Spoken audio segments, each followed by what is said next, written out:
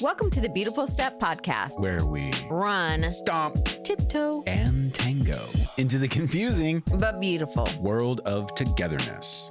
We are your hosts, Kris and Charity. Now, let's go make our together even better. And we're live. Live. You're live. You're alive. You're beautiful. You're beautiful. We are still in hope. Yep. And I love it here. yes. And you're still building. Yeah. And it's starting to get cold. It's cold. And still raining. It is raining and it's cold. And there's certain capacities that people have. And when you push those capacities, you can call it one of two things in my mind: frustration or learning. I like it. Do you like that? What are you calling your current push of capacity? I'm in learning mode. Okay. You know, I'm a capable person. Yes, you are. Very. You know, I've been around a while and I've done a lot. And I have I have big concepts, big construction concepts down. Yeah. You know, keeping things square, got to measure, and Sure. Water flows downhill. I have the big ideas. Yeah. But when it comes to plumbing, You've always hated doing plumbing. I hate plumbing. And the thing about plumbing is that the thing about any of the trades, which we're doing a podcast about practitioners and trades at some point. But the thing about trades that you're going to learn really quickly, and this is advice for everyone out there, is that you will not make a mockery of them. No, they're a legit expertise. Absolutely. And so I would just say, like, if you have premonitions of building your own home, dead seriously, or if you're going to do a home improvement project or any of those types of things, you're in for some real learning, Yes, lots of learning. Man, I've been refreshed with the things that I'm capable of and all the little tricks that I know. Because, man, I can rock and roll right through stuff that I've done before. And, man, I know all of the, nuanced things that save so much time and keep things the way they should be. But when it comes to a trade that you're not familiar with, those little things that you don't know are extremely valuable. Yes. And because it takes so long to learn them, especially if you're not being taught. Now, YouTube, where was that when I was a kid? Game changer. I mean, absolutely. You can really teach yourself anything. Oh, yeah. I've watched more YouTube on radiant in-floor heat with an on-demand electric boiler than I've ever watched in my entire life. Than you ever wanted to watch? Yeah. No, I don't want to watch it. But it's so helpful. Yes. So I'm hopeful, but I was going to say frustrated, but learning. But learning. You're learning. Yeah. Fun. It is So fun. I'm sorry. It is hard to learn sometimes. But I do like that thing about YouTube that really, if there's something you want to learn, including stuff about marriage or relationships, there is a lot of helpful information on YouTube. Some of it's really bad advice, but, I mean, people are probably watching this on YouTube right now. they are, I'm sure. And We say thank you. yes, we do say thank you. All right. So What? I am perplexed by an issue lately. Uh-oh. You're perplexed. Perplexed. Would you call it learning or frustrated? Learning. Okay. I am learning about why we do certain things related to marriage in the United States. Okay. Because actually, like one of the things that's coming up with the current Supreme Court stuff and overturning Roe v. Wade and all these kind of like Big deal, big moment. big kind of monumental shifts in law is that the same-sex marriage law could potentially come under fire, and everyone's kind of in the legal world preparing for that to come before the Supreme Court to overturn that. So, I mean, if they did Roe v. Wade, exactly, then it could. I mean, yeah, same-sex marriage is up. Yeah, it's up for grabs. It's not off limits. Yeah. It has different, legal precedent. I think that it was established under, but still, I think it's one of these things where you have to look at it and you're like, oh, things are different, and it's always good to evaluate why we do things. Sure. So I wanted to talk about the concept of marriage as ownership of the wife. Oh, Whoa. I like it. Ownership of the wife, huh? Ownership of the wife. Yeah, do what you're told. Am I right? Do what you're told? Well, yeah, I mean, so that's the thing. Yeah, I'm being facetious. Yeah, you don't believe that, but actually a lot of people do believe that. Facetious. In fact, actually. I wouldn't believe that. No, I don't believe that. But until the 70s, in a couple of states, women could actually say if they committed a crime that they were disobeying their husband, and they wouldn't be held accountable. Stop it. No, that's Wait, what? Until the 70s. Yeah, so... they honestly were not responsible for themselves? They were not responsible. Mm-mm. They weren't responsible? It was their husband's responsibility to keep them from being criminals? If their husband told them to do it, they were obeying their husband, and that was a legal defense. Yeah. That is... there's so much there, right there. Well, okay. Up in the 70s? Yeah, that is just one of the things, right? So okay. I've been bringing this issue up for quite a while because, I took your last name. Now, granted, we've been married 28 years. My last name before was Irwin, which wasn't a really fun name to say. But now I have the name Charity Carmody, and everybody accidentally calls me by my last name because it rhymes. Carmody. Yeah. You get Carmody a lot. Yeah, people are always calling me Carmody. It's just a thing because it sounds like my first name. We should put that out to the world right now.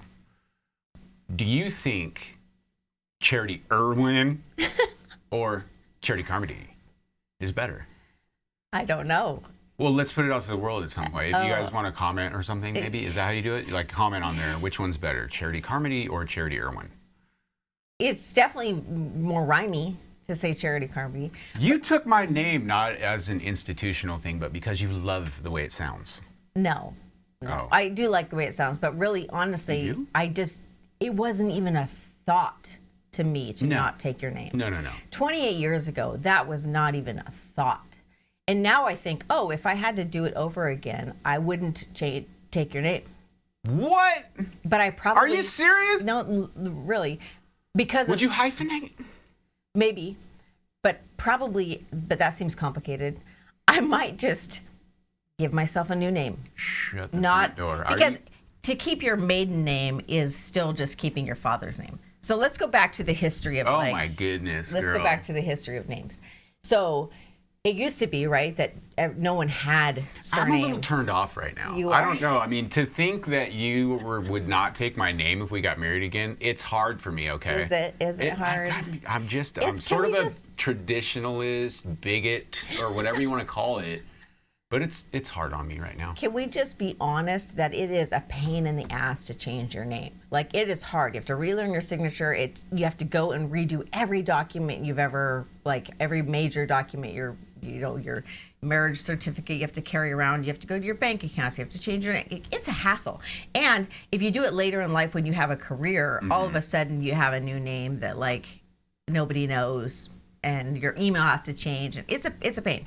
That wasn't the case because I was super young, so it really wasn't that big of a deal. I remember having to go to the bank accounts and stuff like that. But the reality is, I wouldn't do it again simply because of the patriarchal history behind why people changed their name. Okay, well, that helps a little bit. Yeah, it has nothing to do with you, and nothing to do with the last name. It's just in conviction, I would not do it anymore. Man, that's so... I haven't heard you say that out loud. I think... Hearing it is good for me. It's a little bit hard to hear. Is it? I think it is kind of. I don't know if guys out there would be a little bit like, wait, because think about it, if we went, through life, and you didn't have my last name. I do wonder if people would think we're not married, and also, how hippie are we? Because it's this indication of all of the other things that you believe, right? When you see a woman who has gotten married and doesn't take the last name, it gives off this I don't know, hippie or progressive or liberal, feminist. Like, feminist. Like, man, she'd be hard to live with. I bet she, she's obstinate or something. It just feels like this, a little bit like a, wait, is that worth it kind of thing? You know what I mean? Yes. I mean, think about it. I'm 50 years old. And I'm probably getting a lot of hate. People are turning off of the podcast right now. They're thinking, this guy is just so antiquated. But it's really hard for me to get out of that, that embedded cultural structure. It's yes. I mean, it's like. Well, you and the majority of the population. Yeah. I don't think it's like prying the manhole open, and the lid is like 500 pounds. Yeah. So to your point, and we're going to kind of deconstruct this, but to your point of like, well, no one would know we were married if we didn't have the last name. Well, then the argument would be, why didn't you take my last name? Then people would know we were married. Okay. No. There's something, I mean, do you want to unpack this in front of me right now? Okay, we could do it. But I'm just thinking that you're right though. I wouldn't do that. And I can't remove myself from my constructs. I mean, I can, but I can't. You know what I'm saying? I want to be able to, but they are embedded so deeply and they're embedded in our culture so deeply that it would make my life much more complicated. Which is your point. That's your whole point. Is you're saying, well, what about my life and how hard it was to change my name? Yeah, so just to put it in perspective, even now, right now, to this date, 70% of women in America still change their last name to take the man's name. It's only 70. 70%. That's actually... I would have thought higher.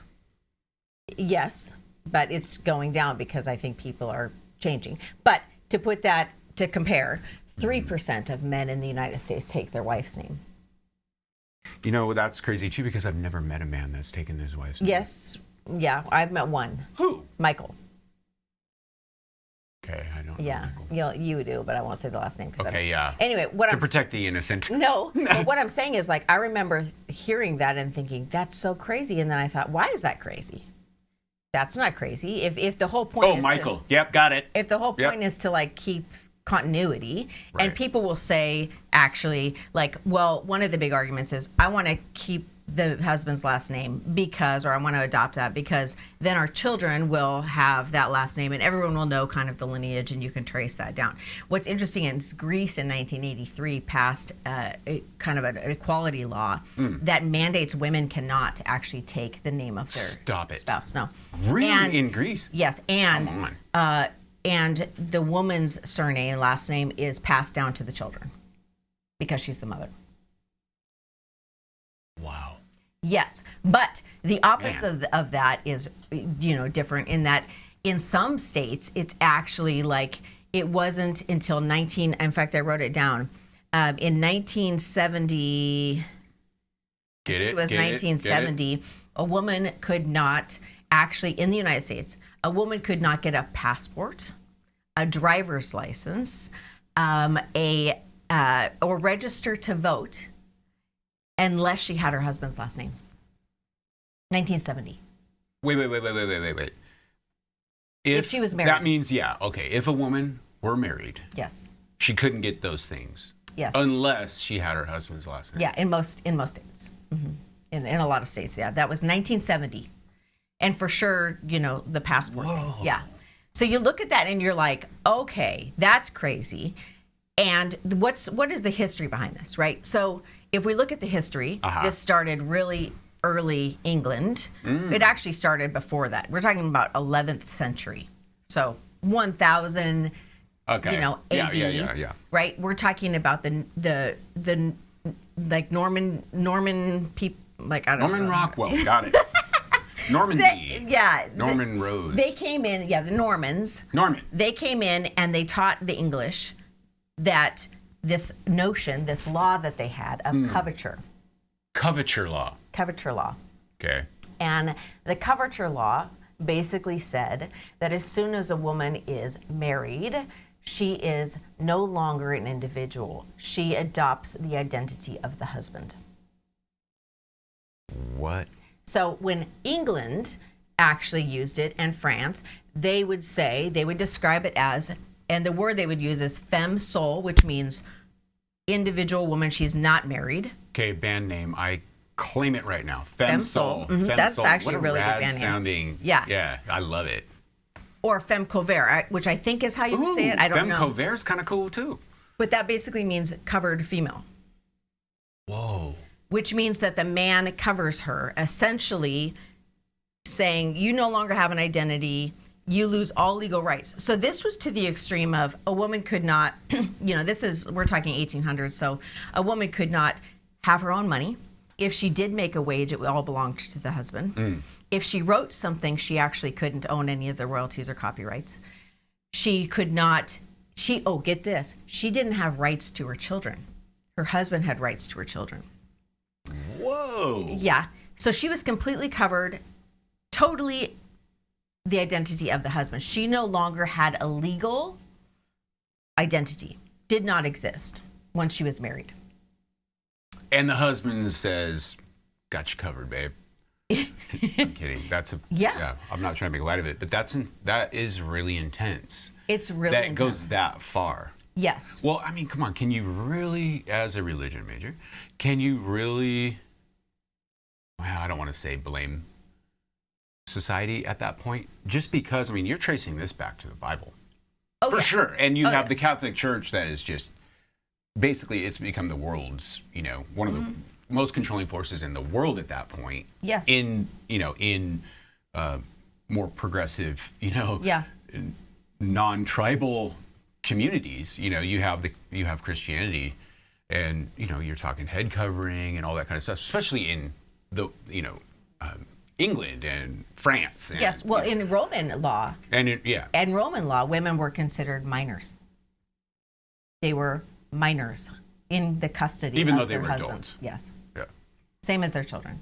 No legal rights. Right. So you look at that and you're like, yes, you can trace it back to actually, women should have her head covered in church and, not speak up. And well, we even, the doctrine of male authority and, Of course. man being the head of the home. Oh, yeah. All of those things. Oh, yeah. There's a certain way that the Bible will definitely point out the order of things. And the Apostle Paul does a pretty specific job of doing that. Yeah. Man came first, Yes. then woman. So Yeah. woman is subject to man, and a wife must obey her husband in all things, and and of course the husband should respect the wife or love the wife, but really the wife should respect the husband, and respect this sort of order of things, this natural, God-given order. Sorry, ladies, but it's just the way things are. Yes, if you read the Bible, that is what you're going to find. Yeah, and if you read old, old Abrahamic religions, for sure, that is what you will find. Oh yeah, in the it's so funny how throughout religion, whether it is Judaism, it's Islam, it's Christianity. I mean, even get this, even Rastafaris, have a very subjective, I think it would be called, view of women. Yes. You got to know your place, and this is the way that it is, and you are the weaker vessel, and I'm going to protect you, and I'm going to cover you, and I'm going to bring you in, and I'm going to be the hero, and I'm going to be the savior, and it's this really overt masculine sort of responsibility and mandate, Yes. and so you're getting so much about how you operate as a man from all of these religions, but you're also getting how you treat women as well. Yes. Yeah, go ahead. Sorry. Yeah, no, I want to get into that because we actually used to be a part of that. Of course. Teach that. So what's interesting about it, I think, is that it says, like you're saying, that the man takes responsibility, and it says that the woman is then subject to the man. And this was often viewed, because when we first started talking about it, you were like, why would any woman then want to join? Like, why would she get married back in the day? If you're looking at 18th century, why would she get married back in the day if she lost all legal rights, and really even into the 19th century? So if she lost that, why would she do that? Right. You would think you know what? You don't need a man. You go and start a business or whatever, and do all this other stuff. But that was not the case, because wealth passed through men, unless there were no men in the family. And so the only way passed to the name. would pass to the men of the the firstborn son. And so who has this specific name. Yeah. So for a woman, if she didn't want to be destitute, she would have to marry, because otherwise she would be destitute. She wouldn't have a way, because even if she, like, it's not like everyone was employing women or any of this kind of thing. So unless she inherited money because there was no males in her family to inherit it, she had to marry and give up her identity and give up all her legal rights. That was the only way she could be provided for. Right. Now, we could take that and we could change the perspective and say, well, then it's wonderful that the men take care of the women. And that's my, I feel great about that because I'm taking care of the women. But you're like, well, you wouldn't have to be taking care of the women if actually it was a fair distribution of wealth. Or if women were allowed to work and keep their wages. Right. Then no one would be having to take care of the women. Sure. And as if they were children. Right? As if they were children. Yeah. And then you look at it and you're like, okay, well, I want to do this protection thing, and I cover her because I answer and I protect her and all this other stuff. And again, I have to ask the question, like, how much protection? Back in the day, that was more protection. Right. But was it really because they were treated like slaves most of the time? This isn't any different than slavery. Let's be honest. Not marriage currently. What I'm saying is, like, the origins of this idea of name adopting and those kind of things was the same thing that happened in slavery. The master would decide the name of the person, and that slave, often even after they were freed, would take the name of the master, which is why you have all sorts of African American or Black people who have last names of American presidents. Sure. Of Washington, Hamilton, like Jackson, that are born out of which were all my friends, by the way. Which were born out of this terrible history of the master-slave dynamic. And well, it comes back to you're relating people as property. Yes. And this is not lost on women. I mean, this was the way that it was for women. It absolutely was. They were property of the husband. Yes. And so when you look at it, you could look at it and you go, okay, well, slavery ended, let's look at American history. Well, slavery ended, way sooner, but women didn't get the right to vote until 1920, which in means, America. Yes, until 1920, which means they didn't have the legal right to vote. But here, get this, they couldn't actually register to vote if they didn't have their husband's last name. Good night. Until 1970, 50 years later. I mean, so you go like, okay, she had the right to vote, but really the reason that the suffrage movement took on this idea of the covering or coverture law was because they were fighting this fight, and one of the arguments was she can vote if she owns property, which is one of the things, like that originally started with American identity anyway. White men had a vote if they owned property. Which created so much inequality. Right? What's crazy is that there were still until 1979, I think, was the last state to abandon coverture laws. But that was from a federal level, right? On a state level, there were still a lot of states that had male ownership laws, kind of like within marriage. Wow. And coverture laws, and that had to be struck down at the state level. Man. Yeah, crazy. That's crazy. Okay, Can I just riff on something for a second? Yeah, please. And this is, I like to look at both sides in the spirit of conversation. Good, love in it. the spirit of open conversation. Yes. In the spirit of open conversation, I say this, but come on, ladies. I mean, okay, so I did this project in ancient Chinese medicine class that I took. One of the best classes I've ever taken. And you get so much history of not just medicine, but there's a lot of philosophy and a lot of culture that's mixed up. So anyway, I did this study on women fainting. Oh. And it was really fashionable for a woman to faint for a kind of a long time. And, they had like different elixirs and these types of things that would maybe wake the woman up or keep her from fainting. But it was all pretty much horse shit. Anyway, it was a lot of acting because women don't faint that much. I mean, some do. Sure. Right? But But it wasn't as if there was some biological phenomenon that was happening within that culture that caused these women to faint. And you look and you do the research and you realize, oh, okay, look, they're fainting on purpose because it's fashionable, it's sort of attractive, it's kind of it's sort of the new, or it's the old Kill Bill, right? So you have this like Uma Thurman, who's like kung fu artist, you know, she's like, she can do anything, she's just badass, like, you know what I mean? And that is the picture of a woman could do that, you know? And you have like, I don't know, Charlie's Angels, that's really antiquated too, but you have this picture of a woman now that's strong and powerful and, you know, hero status, whereas back then, sort of the best that you guys were doing was fainting.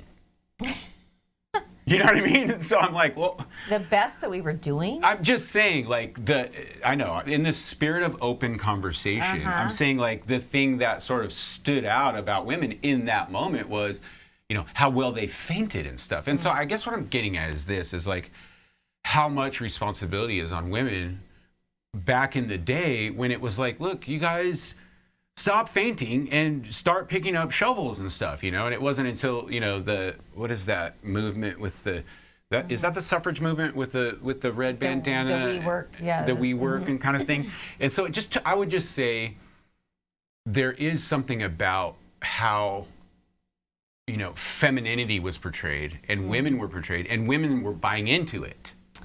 Yes. I guess that's the thing I would like to say.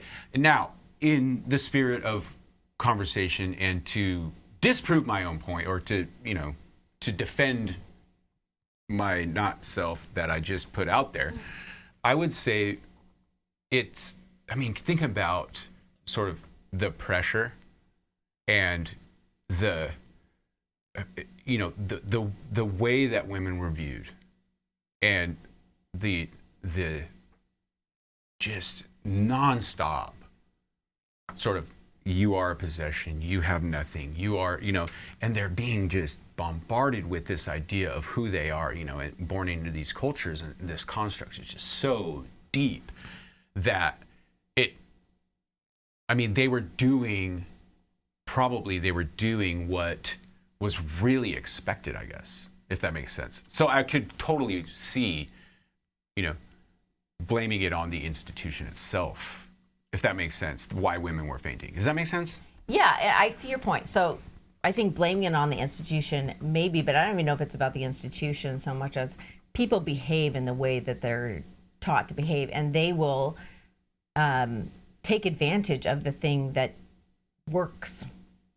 So for women, it's like the learned helplessness thing that we've talked about, right? Like, you have this study where the rats will, if they have no power, they have no voice, they're going to just give up every time. You could even relocate them and they're still going to be like not even trying, because they've already been taught that there's nothing they can do in this situation. And I think they're going to faint. Well, I think That's fainting crazy. is kind of ironic. Like, why wasn't it something else? Right. Like, fainting has all sorts of stuff behind it that you would go like, oh, well, the dismissal of self, the like, I can't control myself. Like, someone save me, you know. Yeah. It's this damsel in distress, and you know. But that worked, and they had to do Right. something that worked. They had no choice. They had no way to make Wow. money. They had no way to protect their children. They had no way to do all of these things. And in a violent community, or a community where people were still like shooting each other up, or all these other kind of things, they might have needed actual physical protection.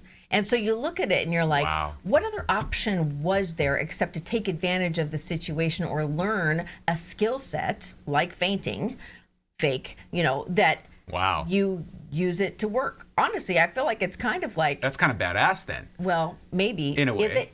Because right now, think about it, fainting is just so weak or whatever, but back then maybe it was viewed a little bit differently. Can we just be really controversial? I just thought of this as we were talking about it. Is this similar to women faking orgasms? Whoa.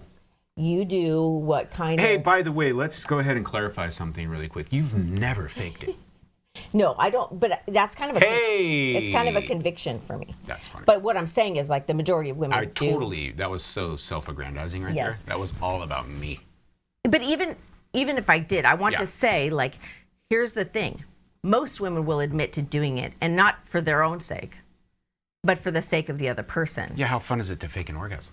I mean, come on, that would be torture. Oh, yeah. Not fun at all. It's not for her sake, it's for his. Exactly. It's for his ego, right? Who's fainting? What was the purpose of fainting? So that someone could feel like they saved you. So that someone could feel more powerful. They could feel like they'd done something amazing. They'd feel like their is big. They'd feel like is big. What I'm saying is, like, is it really that different?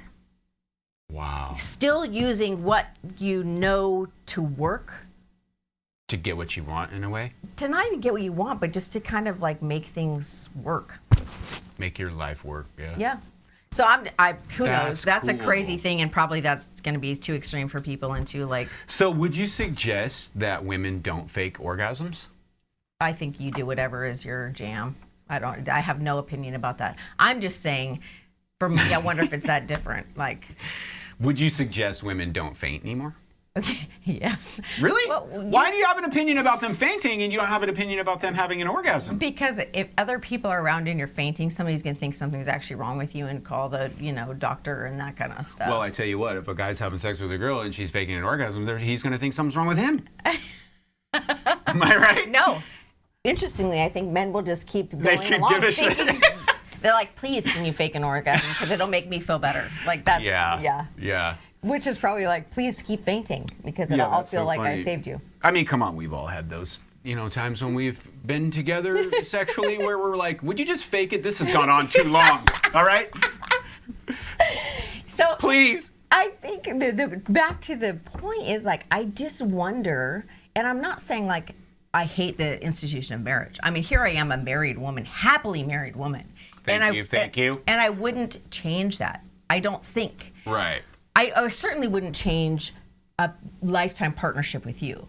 Would I get married again in a legal construct, understanding what it actually is? And where it came from? Yeah, I don't actually know. The thing I find so interesting is, like, even in the Bible, we always taught, right? And the Bible says, like, the two will become one flesh. Sure. Well, they don't become one woman. They become the man. They become one man. Hey, Adam was created first, and then Eve from the rib under the law of the man. And so you look at it and you're like, okay, why were these things said? Who said them? Who decided what? And you have to, like, honestly, I wish we would, like, just open our eyes and go, like, let's ask some hard questions here. Who wrote that down? What was the purpose and the agenda behind writing it down? Wait, what are we talking about here? Law, or are we talking about the Bible, or are we talking about, what are we talking about? Who wrote what down? The Bible. Or laws. I think this right now in America, we're looking at laws and we're going like, oh, wait, we did that because we were trying to keep black people under.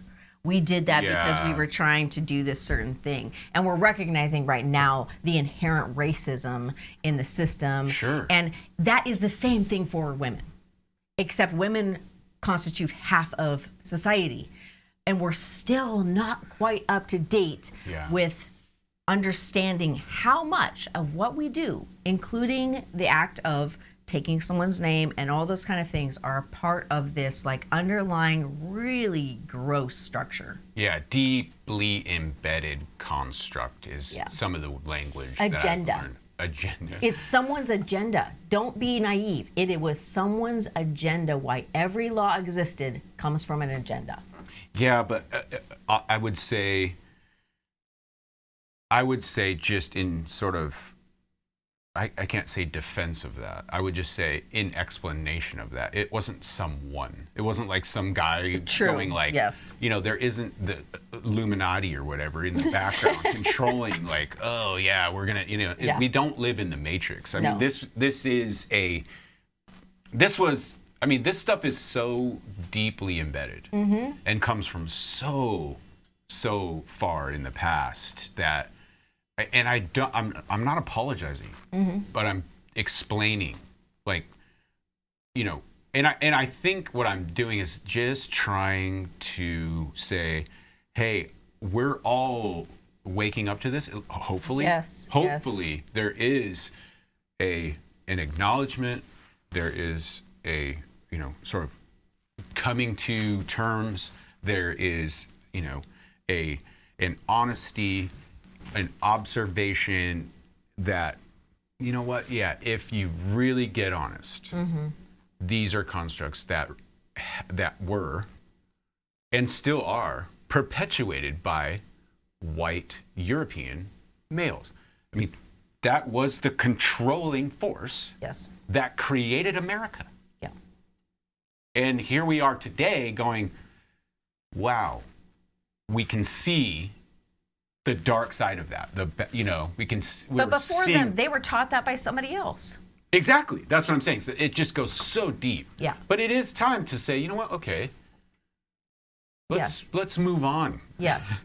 Yeah, and instead of, I think what's happening right now is instead of like, it would be great if we could, instead of just blaming an entire group of people for something, there is something to that because a certain group of people sometimes still perpetuates something. Sure. So like we could still look at, okay, well, who dominates Congress? White males. Sure. Older, you know, generation male. Like, Right. Until those things shift, we're not going to see a lot of changes. But instead of just firing at the, you know, you as a white male, what I want to do as a person is go, let's look at the construct.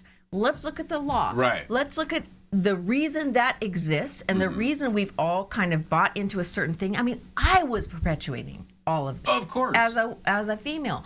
People that I know are of different color and different races and, you know, transgender, any gender, like we were all perpetuating things that we didn't even recognize. Oh. We were perpetuating. Oh, no. You don't get off that easy. You're still perpetuating it. Oh, yes. Because there is a reason why I would resist you going to the courthouse right now and changing your last name. And I have to deconstruct that.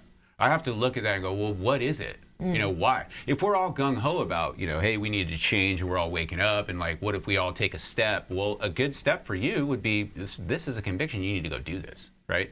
And we're not going to do that. No. I mean, I'm not saying you can't do it, but I'm just saying I don't see you doing that, and I don't see me being in on that. And there it is. There it is. The change. Yeah. What well, I'm just saying the non. What am I looking for? Word. The inability. The unwillingness. Unwillingness. Thank you. Sorry, I'm a little tired. The unwillingness to actually do something about it or change it. You know, and that I think that's the long game, right? That's the long haul. Right. We're just at the point now where we're saying, yeah, man, this is actually true. Like, which is, that's huge to be able to say, all right, let's admit it. Like, this is off. This is wrong. Right. I see how this does this to this group of people. Yeah. You know, to be able to go there is, I think that's big for a lot of people. Yeah. Right. I think what we can do to change things, even if like, I don't want to go change my name because I remember I have a lot more to lose now in the professional world and other things now that I've gone by the same last name for 28 years. But even so, like I'm looking at it and I'm like, would I encourage my daughter to take on someone else's name? Probably not. But, you know, if she just keeps your name, then she has your name. Like what I'm saying is like, I get it. We don't have to make these immediate, like everybody has to go and shift everything or everybody has to develop this huge conviction like I do about it. What I'm saying is like, we at least have to recognize that this exists. Right. And I would say too that, you know, there's a lot of couples out there who are starting out, you know, that maybe they're not married, you know. But when it comes to this talk, if a woman does say, I'm not taking your last name, maybe that's not a deal breaker now. Yeah. You know, maybe that's where we're getting, I love you know, that. These are those slow, you know, to really, because I didn't want us to get on this podcast and start preaching about, you know, political, socio agendas or whatever. I do want to talk about relationships, but I think that's sort of maybe what I would have to offer. Yes, I love that. Like, could we just then ask the question instead of assuming? Could we just ask the question, are you going to take their last name? because I know where this stuff comes from. It's a little bit, Yeah. You know, or, you know, for instance, in 3 states, it's actually illegal for a man to go and change his name because of marriage. Can't do it. I still can't do it, which is wow. But a woman could. So you just like look at that and you're like, what the hell is that? Yeah. But if you look at it, you could say, well, okay, like even when you go to the bank, oftentimes they ask you as an identity question, what's your mother's maiden name? Oh, yeah. Right? It's so steeped in culture. So we could just kind of start talking about these things and at least be open-handed to thinking, maybe we don't want to perpetuate that. How could we be thinking about that differently? Yeah, I love it. Or if you have somebody in your life that doesn't actually want to make a legal step of marriage, and I think we're going to talk about that in the next podcast. Yeah. Like, is it like, can you think about that different and understand maybe why they might not want to do that? That was the point. I love that. That was the point I was going to make too, because undoubtedly you're going to have a friend. Yeah. You're going to have a couple that you know who the wife didn't take the name. Mm-hmm. Can you not hate them? I mean, or can you not look at them like, whoa? Or not roll your eyes at the hyphenation or whatever else. She's really, got it together. Yeah, I think that and I'm kind of saying this to my 22-year-old self, or or my 25-year-old self, or because I know what I would initially be like, wow, I don't really like that woman for doing that. You would have, yeah. I would have done that. In my heart of hearts, in my brain, I would have been like, no, that's so lame. Like, why does she have to do that? Like, this is, because it's such a gesture of love and all this stuff. But now I would say, I don't know if I'm at a point where I would be like, good for you. That's exactly what I believe. But I would say something like, totally get it. That stuff comes from such a dark place. Like, if you really do the, like you said, like you were doing, if you really do the research and you go back where those origins are from, I would give a woman a salute for sure. Yeah. 100%. Yeah. But I would also, hey, if a woman does want to take a last name, that's so endearing to me. Like, that's a little more of a hug and a pat on the back, whereas the other one's a little bit more of a salute, I think. That's the way I'm processing this. That's just your current... That's just my current way I'm processing it. Total disclosure, 50-year-old white guy.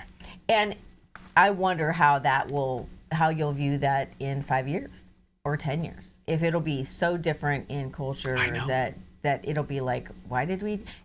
Greece...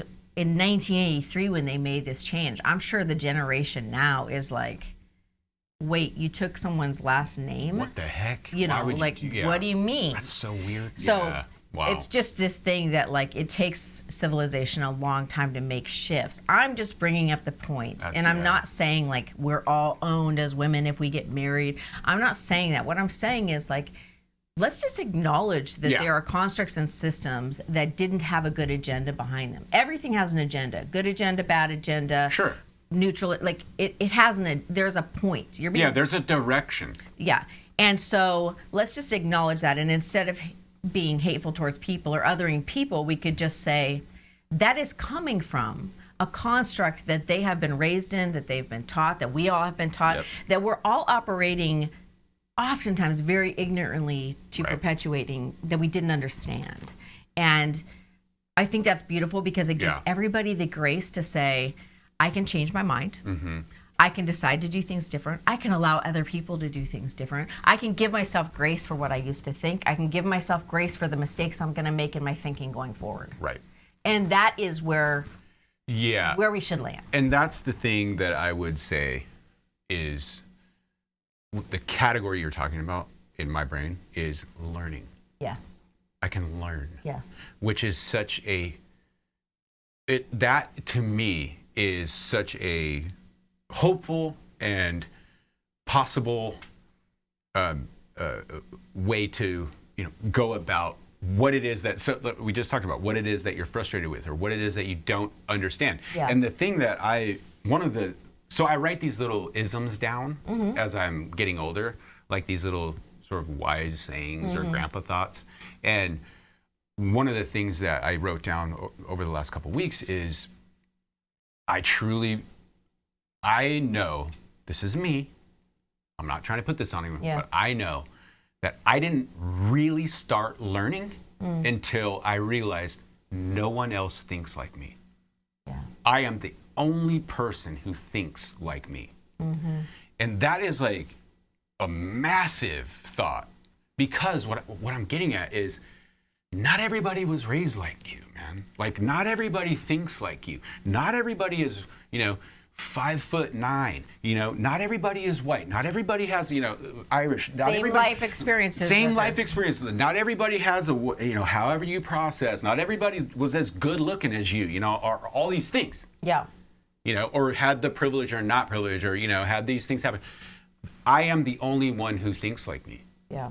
Which opens up a whole new world of being able to say, wait, you're going to have to say that in another way, or, help me understand. Yeah. Because what happens is when you show up in a room, you think everybody thinks like you. Yes. And they don't. Yes. They do not think like you. Their perspective is from a totally different vantage point, even if they were raised very similar to you. I mean, look at the way we raised 4 kids. We raised more than that, but that we would say like our kids, but 3 biological kids came from the same exact people, raised in the same exact way, and think how different they are. Oh. Just because of their own, how different, just their own little changes in DNA and their own genetic disposition, but then just their own experiences of the things that they chose to do in life have changed their perspective, and so they're coming at things from a very different vantage point, and they all end up very different. 100%. And so that's, I think, the thing that I would just admonish people in a relationship is stop assuming, right? And stop, the passive aggressive stuff where you're like, why aren't you reading my mind? Well, because I'm the only one who thinks like me. Yeah. And you're the only one who thinks like you. You'll have to explain this. Yes. And I'll have to learn you, and I'll have to learn, and so the key to my learning has that in it. Yes, I love that. And it's not like you're saying, I'm the only one who thinks like me in a way that's like superior to other ways of thinking. What you're saying is like, I'm realizing I'm the only one who thinks like me, and I'm missing a lot of information. Yes. And somebody else might have that information, and they might be coming at it from a much better vantage point or whatever. But the reality is to recognize I'm just one very, very small perspective. And that's what I'm trying to say is, if I were to boil it even down further, I'm stuck with the way I think until I learn. I love that. Yeah. I will be stuck with the way I think until I learn. And the only way I'm going to learn is to realize I think a certain way. Yeah. I think a certain way, and I think certain things. Teach me, And I might not have understood. And I don't understand. Or I understand it in my way. Right. But I didn't, like, for me, it's like, well, teach me, because I actually didn't even know that. I really didn't know that. And so now it's making me think about things very different. I didn't know that that's why we did that. Or I didn't know that bothered you. How could I have known that bothered you? Or I didn't know you like that. Right. How can you like that? Yeah. Whatever those things are. Yeah. Stop. I'm trying to stop projecting. The things that, it's the classic case of love languages. You speak the love language that you best receive. Yeah. You perform the love language that you best receive. And meanwhile, the person doesn't have that love language. Yeah. Yeah. The giver loves to give. Well, you could give a shit about gifts. Yeah. So it's like, totally. I am the only person who thinks like me. I think that's a big deal. It is. Yeah. So I think the point is like, if there's something that you're not sure, or maybe even if you hear something that's making you think twice about why you've always done something, or why a system is a certain way, man, dig in and go, what is the root of that? And what is that? And then can I hold that open-handed and say, well, why do I do that? And maybe it's time for me to shift the way I think about that, or shift the way I present my opinions about that. Right. And so here, can I just do this other one on you really quick? So it's really tempting to moralize your own vantage point. Yes. Like, I think right. You know, what? Yeah. Wait, you think right, or you think wrong, or you think good, or you think bad, or, you know, and these types of, you know, I guess vows, you know, or these things that you know, just sort of decide, or, you know, even just saying like a better way of doing this or a better way of doing that is, I think it can get a little bit problematic because you have this idea, right, that there is this ultimate way that things should be, which may or may not be true. But what you're really doing is saying, like, I know the ultimate way, and I am the ultimate way, right? And I think one of the other big sort of pieces of language that has helped me with you, you know, in relationship, with my friends in relationship, and especially with the way that I operate within the construct of society and community, is the word literacy, right? So I love the idea of literacy because I want to be able to read the room. I want to be able to understand, right? I want to be able to, it's learning. I want to learn this. Yeah. Rather than, you know, I have to fully buy into everything that this person is, or, you know, I have to like pick a side. I have to do all the, you know, I have to commit and vow and do all these things. It's like, well, maybe it's not that deep. Yeah. Maybe what you should do is become literate. Which just means you're able to read and understand it. Which is why I love to be a religion major, because I feel like I'm finally gaining religious literacy. In lots of religions, not just one. In lots of religions. And it's that whole, you know, if you go through life illiterate, I mean, you have to be able to read street signs. I'm not asking you to like commit to the street sign book or something like this, but you have to be able to understand. Yeah. You know? And I think that that's just a kind of a big move, a big shift in my brain, you know? And I think that it's really important, especially with relationships, with kids, with friends, you know, for you to be literate of of their language, of the way they are, you know. Which comes from the way they were raised and where they came from and all of those kind of things. Yeah. Anyway. I love that. That's a great thought. Okay. 53 minutes. Here we stop. Yeah. Okay. Yeah, I love you. Love you.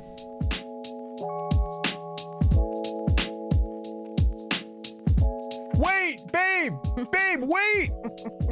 How do we end this? By saying thank you. Okay, you guys are awesome. Thank you. There's nothing more encouraging than you hitting that like button and commenting.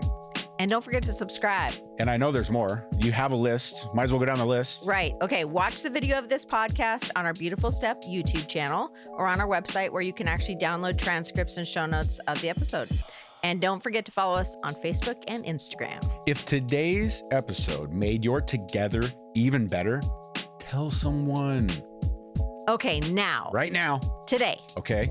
You can take one step. It's just one step Toward the beautiful relationship you want in your life. You got this.